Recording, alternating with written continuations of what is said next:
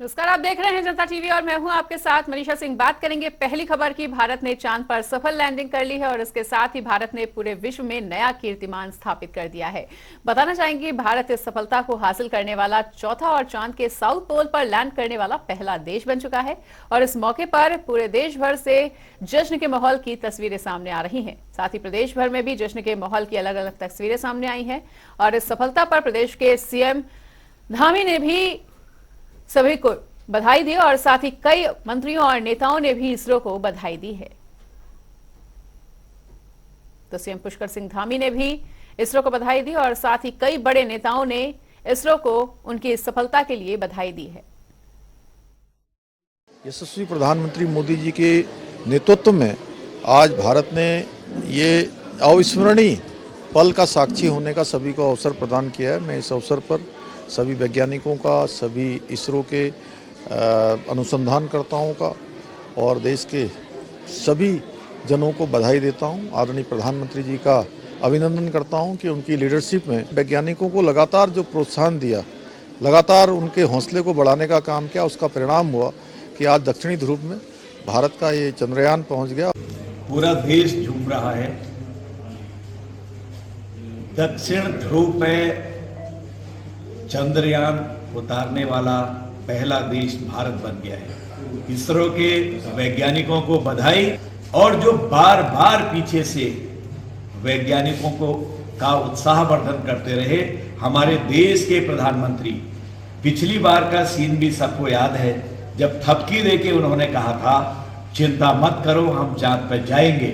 आज पूरे विश्व में भारत जो है नंबर 1 देश बन गया है कि जिसने कि चंद्रयान थर्ड को सफलतम आज चंद्रमा पे उतारा है। और आज इस उपलक्ष्य में मैं इसरो के सभी वैज्ञानिकों को, देश के सभी हमारे वैज्ञानिकों को और माननीय प्रधानमंत्री जी को, जिनके नेतृत्व में सारा काम हुआ है, उन सबको बधाई। देश के प्रधानमंत्री नरेंद्र मोदी जी के मार्गदर्शन में हमारे इसरो के वैज्ञानिकों ने एक इतिहास काम किया है। दक्षिणी ध्रुव पर आज चंद्रयान 3 को उतारकर सफलता भारत ने पाई है, इसका श्रेय जाता है तो देश के प्रधानमंत्री नरेंद्र मोदी जी को जाता है। चंद्रमा के दक्षिण ध्रुव पर भारत ने चंद्रयान 3 की लैंडिंग करने के बाद पूरे विश्व के अंदर अपनी एक कीर्ति को स्थापित किया है। भारत के वैज्ञानिकों को, मुख्य रूप से इसरो के वैज्ञानिकों को मैं हार्दिक बधाई, शुभकामनाएं देता हूं। चंद्रयान 3 की सफलतापूर्वक लैंडिंग के बाद धर्मनगरी हरिद्वार में भी साधु संत देशभक्ति के रंग में रंगे नजर आए और निरंजनी अखाड़े में साधु संतों ने इस मौके पर फूलों की होली खेलकर एक दूसरे को चंद्रयान 3 की सफलता की शुभकामनाएं भी दी। चंद्रयान लॉन्च होने के समय से ही साधु संत यहां मायापुर में मनसा देवी चरण पादुका स्थल पर विशेष पूजा अर्चना कर रहे थे और पूरे देश में की गई पूजा प्रार्थनाओं का फल भारत को मिलता हुआ भी कल नजर आया है। ये हम सबकी जीत है, आपकी जीत है, हमारी जीत है और सबसे पहले ये हमारे माननीय प्रधानमंत्री जी की जीत है, जिन्होंने साइंटिस्टों का हौसला बढ़ाया, उनका साथ दिया, उनका सहयोग किया, उनकी पीठ थपथपाई, बोले डरो नहीं आगे बढ़ो। और आज वही प्रयास जो है सफल हो गया है। ये हमारी जीत है, आप सबकी जीत है। आपको बहुत बहुत बधाई। और हम सभी जो है, आपको मैं ये कहना चाहूँगा कि अभी सुबह से शाम तक हमारे मन में ऐसे हो रहा था कि भाई क्या होगा। देखिए, होता है जब कोई बड़ी चीज़ होने जाती है उस समय मन में कुछ आप ये मान के चलिए नेगेटिव विचार भी आते हैं, परंतु अभी जब ये सुनने में आया, टीवी में देखा हमारा चंद्रयान पहुंच गया, ऐसा लगा कि हमने पूरे विश्व को जीता है।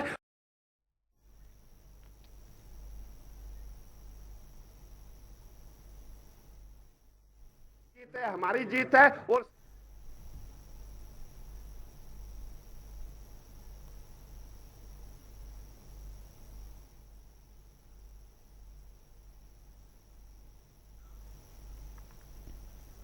और इसी बीच एक बड़ी खबर का रुख कर लेते हैं। बड़ी खबर आ रही है सामने, बड़ी खबर, बड़ी जानकारी आपको बता दें। इस वक्त का एक और बड़ा अपडेट आपको बताने जा रहे हैं। धामी कैबिनेट की अहम बैठक है और सचिवालय में इस बैठक का आयोजन होता हुआ नजर आएगा और कई अहम प्रस्ताव पर मोहर के आसार हैं। तो ये इस वक्त की बड़ी खबर आपको बता रहे हैं, जहां धामी कैबिनेट की अहम बैठक होनी है और सचिवालय में इस बैठक का आयोजन किया जाएगा और कई अहम प्रस्तावों पर इस दौरान मुहर भी लग सकती है। तो इस वक्त की ये बड़ी खबर, बड़ी जानकारी आपको बता रहे हैं। धामी कैबिनेट की अहम बैठक, बड़ी खबर, बड़ी जानकारी। धामी कैबिनेट की बैठक होनी है, सचिवालय में ये बैठक आयोजित होती हुई नजर आएगी और कई अहम प्रस्तावों पर इस दौरान मुहर लगने के आसार भी जताए जा रहे हैं।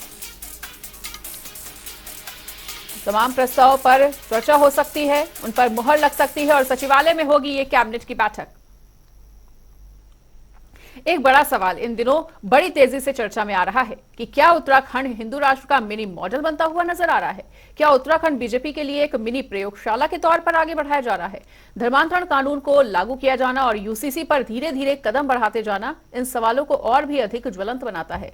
उत्तराखंड के मुख्यमंत्री पुष्कर सिंह धामी 2 महीने में 6 बार दिल्ली दौरे पर जा चुके हैं और उनके हर दिल्ली दौरे पर कई सारे कयास भी लगाए जाते हैं। लेकिन इस बार के 3 दिवसीय धामी के दिल्ली दौरे से जो कुछ संकेत मिले हैं, उनमें से सबसे महत्वपूर्ण यह है कि 2024 को लेकर बीजेपी ने उत्तराखंड को एक बड़ी प्रयोगशाला बना दिया है। आदरणीय प्रधानमंत्री मोदी जी ने हमेशा इकोलॉजी और इकोनॉमी दोनों की बात की है और हमारा जैसा राज्य जहां पर प्रकृति द्वारा प्रदत्त है, जिधर देखिए आप पूरा वनों से आच्छादित है, नदियों से आच्छादित है, पर्वतों से आच्छादित है और पूरे संपूर्ण वायुमंडल को, संपूर्ण जो हमारा ये धरा है, उस धरा को अच्छा जल देना, अच्छी प्रदूषण, अच्छा पर्यावरण देना, ये कहीं ना कहीं उत्तराखंड उसमें एक अग्रणी वो है जहाँ भगवान की इतनी कृपा है, देव स्थान है। तो निश्चित रूप से हमारे यहाँ का तो जो भी विकास है वो विकास का हमने यही मॉडल लिया है। अब आने वाले समय में यही मॉडल होगा जिसमें दोनों को ही बैलेंस करेंगे, इकोलॉजी और इकोनॉमी। और ये पहली बार हुआ कि G20 का मतलब ये सम्मेलन छोटे छोटे शहरों में और देश के हर कोने में, और पूरा देश इसमें जो है कहीं ना कहीं जुड़ गया। तो और जो विदेशी हमारे G20 के मेहमान आए, उन्होंने भी भारत की जो समृद्ध सांस्कृतिक विरासत है, भारत का विकास है, भारत के कोने कोने में जाकर देखा। यानी कि ये कितना अद्भुत है कि माननीय प्रधानमंत्री जी ने उसको 1-2 स्थानों तक सीमित न करके पूरे भारत को, पूरी दुनिया को दिखाने का काम किया। धर्मांतरण पर तो हम पहले ही कानून हमने बना दिया है। हम धर्मांतरण का विधेयक हमने विधानसभा में पारित कर दिया और इसमें हमने 10 साल तक की सजा का प्रावधान कर दिया है। जबरदस्ती कोई भी अगर धर्मांतरण करवाएगा, क्योंकि बहुत सारे स्थानों पर ये बात आई थी कि हमारे यहाँ पर प्रलोभन देकर, डराकर, धमकाकर, मनगढ़ंत बातें करके सीधे साधे लोगों को धर्मांतरण करवाया जा रहा था तेजी से, और ये एक बड़ी समस्या हमारे लिए बन गया था। देखिए वो IND जो बना है वो वही पुराना UPA है जिसको घोटालों के रूप में जानते हैं, परिवारवाद को आगे बढ़ाने के रूप में जानते हैं, व्यक्तिवाद को आगे बढ़ाने में जिनको जानते हैं, वही माने कि पुरानी शराब, बोतल नहीं, कुछ नया नहीं है उसमें। और अब सब अपने अपने परिवारों को और अपने अपने राजनीतिक दलों को बचाने के लिए आगे आ रहे हैं उसमें, इसलिए गठबंधन कर रहे हैं। और गठबंधन भी ऐसा है कि इस गठबंधन में हर कोई दूल्हा बनना चाहता है, बाराती कोई नहीं बनना चाहता। वो तय ही नहीं कर पा रहे हैं कि दूल्हा कौन होगा। देखिए 4 धाम यात्रा के लिए रोड बहुत अच्छे हो गए। 4 धाम ऑल वेदर रोडें जो माननीय प्रधानमंत्री जी ने जिनकी शुरुआत की थी, आज बहुत अच्छा रास्ता चारों धामों के लिए हमारा बन गया। और आज केदारनाथ जी का पुनर्निर्माण का कार्य पूरा हो रहा है, अंतिम चरण में है। बद्रीनाथ धाम का मास्टर प्लान माननीय प्रधानमंत्री जी के दोनों ड्रीम प्रोजेक्ट थे। इसके साथ साथ केदारनाथ जाने के लिए रोपवे और हेमकुंड साहब जाने के लिए रोपवे, इनका भी शिलान्यास हो गया। ये भी कार्य आगे बढ़ रहे हैं। इसी प्रकार से जैसे 4 धाम यात्रा होती है, आने वाले समय में आदि कैलाश यात्रा भी हमारे यहाँ सड़क मार्ग से ही पूरी होगी। उधर स्वयं सहायता समूहों से जुड़ी महिलाओं को बड़ी सौगात दी गई है और गुरुवार सुबह मुख्यमंत्री ने सचिवालय पहुंचकर मुख्यमंत्री सशक्त बहना उत्सव योजना का शुभारंभ किया है। आपको बताना चाहेंगे कि इस दौरान महिलाओं ने मुख्यमंत्री का आभार जताते हुए मुख्यमंत्री को राखी बांधी और साथ ही आपको बता दें कि मौके पर कैबिनेट मंत्री गणेश जोशी भी मौजूद रहे।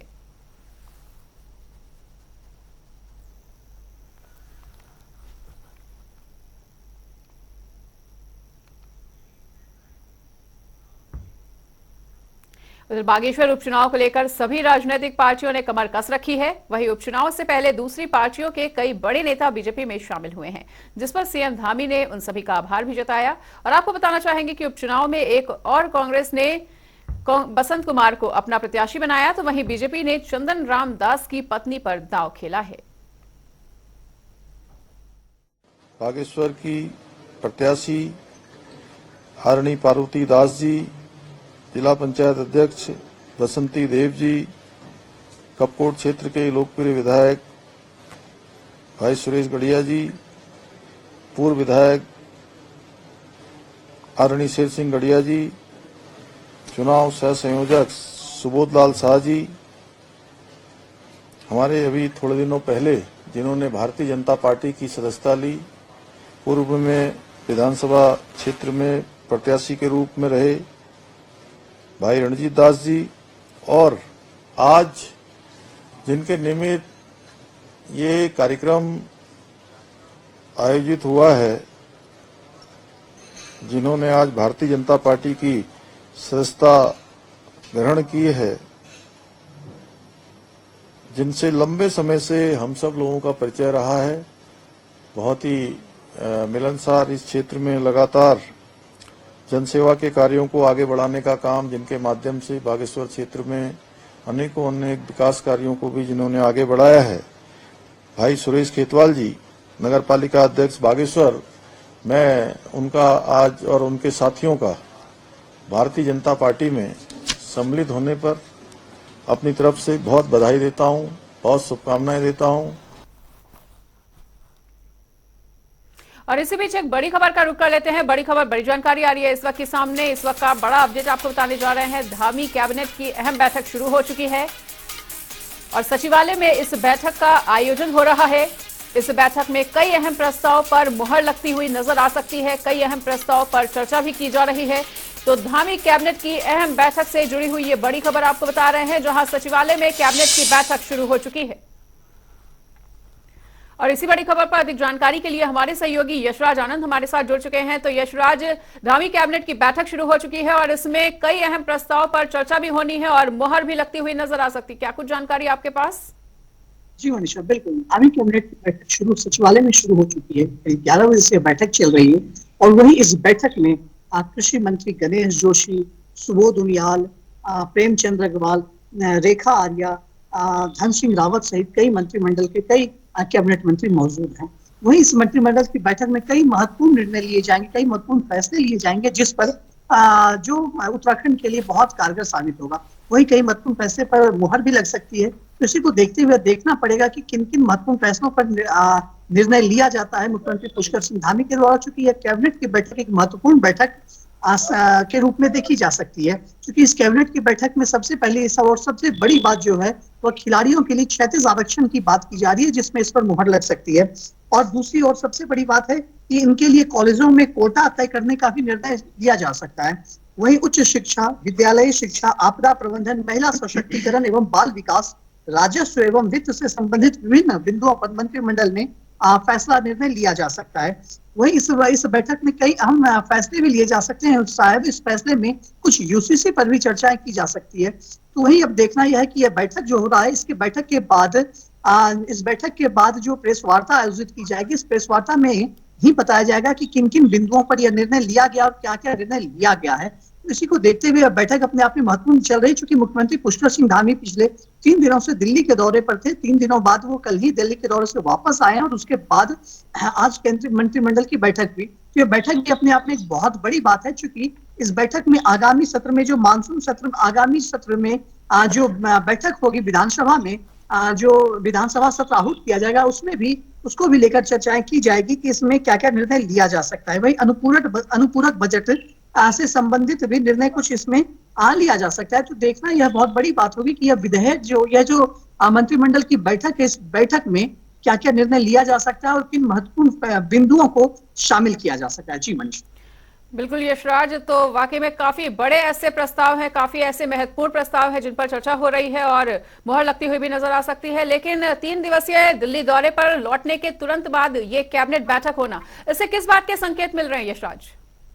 जी बिल्कुल। मैं बताना चाह रहा हूं कि मुख्यमंत्री पुष्कर सिंह धामी के 3 दिवसीय दिल्ली के बैठक के बाद वापस उत्तराखंड लौटना और तुरंत ही कैबिनेट की बैठक आउट करना, ये अपने आप में कुछ बहुत बड़ा संदेश दे रहा है कि मुख्यमंत्री पुष्कर सिंह धामी जरूर उत्तराखंड में कुछ नई सौगात देने वाले हैं। वो उत्तराखंड में कुछ विशेष, कुछ बड़ी चीजें करने वाले हैं जिसका फायदा उत्तराखंड की जनता को मिलने वाला है। अगर देखा जाए तो यूसीसी के तर्ज पर इसको देखा जा सकता है, यूनिफॉर्म सिविल कोड के रूप में इसे देखा जा सकता है। साथ ही साथ मानसून जो अभी चल रहा है और लगातार बारिश हो रही है, तो आपदा को देखते हुए मुख्यमंत्री पुष्कर सिंह धामी जरूर कुछ अपने कोष से कुछ बंटवारा कर सकते हैं, कुछ आवंटित राशि कुछ आवंटित कर सकते हैं। तो यह भी अभी देखना महत्वपूर्ण होगा कि लगातार आपदा और लगातार विभीषिका, मानसून की विभीषिका को झेल रहा उत्तराखंड राज्य को मुख्यमंत्री पुष्कर सिंह धामी क्या नई सौगात देते हैं। यह तो आज की प्रेस ब्रीफिंग में ही पता चलेगी कि मुख्यमंत्री पुष्कर क्या सौगात दी और किन किन मुद्दों पर, किन किन बिंदुओं पर मुहर लगा है। यह तो जब प्रेस ब्रीफिंग की जाएगी तभी पता लग सकता है। जी मनीषा। ठीक है यशराज, तो इस तमाम जानकारी को साझा करने के लिए आपका बहुत बहुत शुक्रिया। तो धामी कैबिनेट की अहम बैठक चल रही है और हमारे सहयोगी यशराज ने भी बताया कि 11 ही बजे से ये बैठक चल रही थी और इसमें कई अहम प्रस्ताव पर मुहर लगती हुई नजर आ सकती है। और उन्होंने ये साफ तौर पर कहा है कि दिल्ली दौरे से वापस लौटने के बाद ही जिस तरह से इस कैबिनेट बैठक का आयोजन हुआ है, ऐसे में साफ तौर पर बड़े संकेत तो मिल ही रहे हैं और साथ ही साथ कोई बड़ी सौगात भी उत्तराखंड को मिलने की पूरी उम्मीद जताई जा रही है। उधर उत्तराखंड में बारिश का कहर लगातार जारी है और लगातार होते इस बारिश से जनजीवन पूरी तरह से अस्त व्यस्त हो चुका है। इसके साथ ही बारिश के कारण सड़कें भी टूट रही हैं, जिससे आवागमन पूरी तरह से बाधित हो रहा है। वहीं इसको लेकर कैबिनेट मंत्री सतपाल महाराज ने सड़कों के रखरखाव को लेकर भरोसा जताया और उन्होंने कहा कि बारिश के कारण पहाड़ी क्षेत्रों में कुछ परेशानियां आ रही हैं और जैसे ही बारिश बंद होगी, सड़कों के निर्माण कार्य के साथ ही रखरखाव शुरू हो जाएगा। और इसके अलावा उन्होंने क्या कुछ कहा वो भी सुनिए। जहाँ भी सड़कें टूटी हैं वहां पर जेसीबी तैनात कर रखे हैं, पर आप ये तो मानेंगे कि कितनी बारिश हो रही है। अतिवृष्टि के कारण हमारी सड़कें उधड़ गई हैं, तो उसके रखरखाव के लिए जैसे ही वर्षा बंद होगी सड़कों का रखरखाव शुरू हो जाएगा और हमने पूरे अधिकारी तैनात कर दिए हैं। तो जैसे ही बारिश बंद होगी, बारिश की हम प्रतीक्षा कर रहे हैं। मैं चालदा महाराज के यहाँ भी गया था, मैंने कहा महाराज उत्तराखंड को आपदा से उबारो और रक्षा करो उत्तराखंड की, यही उनसे प्रार्थना की थी। तो इसी आशय के साथ मैं कहूंगा कि जैसे वर्षा बंद होगी हमारी सड़कों का निर्माण कार्य पूरा हो जाएगा। प्रदेश भर में 2 दिन तक भारी बारिश का अलर्ट जारी किया है और मौसम विभाग ने 8 जिलों टिहरी, देहरादून, हरिद्वार, पौड़ी, बागेश्वर, चंपावत, नैनीताल और उधम सिंह नगर जिले में बारिश का रेड अलर्ट जारी किया है। वहीं उत्तरकाशी, चमोली, रुद्रप्रयाग, पिथौरागढ़ और अल्मोड़ा में भी बारिश का येलो अलर्ट जारी किया है। और पिछले 2 दिनों से कई स्थानों पर बारिश के कारण जनजीवन पूरी तरह से प्रभावित हो रहा है। साथ ही भूस्खलन की घटनाओं में भी लगातार इजाफा देखने को मिल रहा है और नदी नाले भी उफान पर हैं।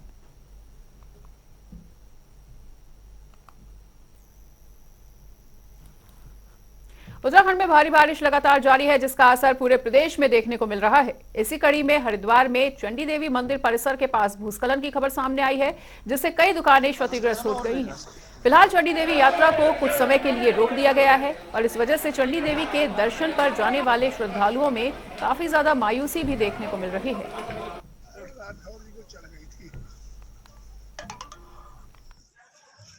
ये थोड़ा सा ना पीछे की तरफ हल्का सा लैंडस्लाइड हो गया, तो इस वजह से यात्रियों की सेफ्टी के लिए प्रशासन ने उसे बंद करवा दिया कुछ दिन के लिए कि जैसे ही थोड़ा बारिश वगैरह रुकेगी तो उसके बाद सारा खोला जाएगा। ये इससे पहले ऐसा बंद हुआ नहीं, ऐसे कभी बंद नहीं होता। लॉकडाउन में ही हुआ था, ये थोड़ी सी हल्का लैंडस्लाइड हुआ है पीछे थोड़ा सा ना, तो इस वजह से बंद करवाया गया है। उत्तर प्रदेश भर में बारिश ने कहर बरपा रखा है और कहर के बीच जनपद उधम सिंह नगर के काशीपुर में ढेला नदी का कहर थमने का नाम नहीं ले रहा। ढेला नदी ने अब तक 6 घरों को जमींदोज कर दिया है, तो वहीं दर्जन भर मकानों को नुकसान पहुंचाते हुए जनजीवन को भी अस्त व्यस्त करके रख दिया है। इसके अलावा एक मंदिर की बुनियाद को खोखला कर आधे मंदिर को नदी ने अपने आगोश में ले लिया है। स्थानीय लोग लगातार प्रशासन से मदद की गुहार लगा रहे हैं और लोगों का आरोप है कि उनकी मदद के लिए कोई भी आगे नहीं आ रहा। खतरा है, लोगों को जो परेशानी हो रही है, रात भर सोने के लोग डर के मारे यहाँ, और लगातार जैसे नुकसान इतना हो रहा है लोगों का, बच्चे बड़े बूढ़े सब परेशान हैं और कोई सुनवाई नहीं है। पत्थर डाल दिए हैं, ये लड़क जा रहे हैं, काम खत्म। मैंने सब लोगों से संपर्क रखा है, आ रहे हैं लोग, आश्वासन देकर जा रहे हैं, कोई काम नहीं हो रहा। 3 दिन से तो कोई काम हो नहीं रहा अब कर वो क्या, बारिश पड़ रही है, मजदूर आदमी कैसे घुसेगा अंदर? सबको अपनी अपनी जान का खतरा है, क्या करा जाए बताओ। अब आसपास में बैठे हैं, रात दिन है बैठे रहे, ना आराम मिल रहा है ना खाना मिल रहा है, भगवान के सारे बैठे हैं, क्या करा जाए। 6 मकान टूटे हैं, चाहे वो किसी भी तबके के हैं, चाहे अल्पसंख्यक हैं या बहुसंख्यक हैं, सरकार सबके साथ एक सा व्यवहार करेगी। और जो मुआवजा सरकार का तय है जिला अधिकारी और एसडीएम की रिपोर्ट पर, हम अभी एसडीएम साहब से बात करेंगे और इसको हमारे सामने मामला आया है, इसका निस्तारण होगा। वो लोग हमसे संपर्क करें, पूरी तरीके से उनके साथ कोई अन्याय नहीं होगा, उनकी मदद होगी और उनको मुआवजा मिलेगा। और फिलहाल इस वक्त के बुलेटिन में इतना ही। खबरों का सिलसिला लगातार जारी है, देखते रहिए जनता टीवी।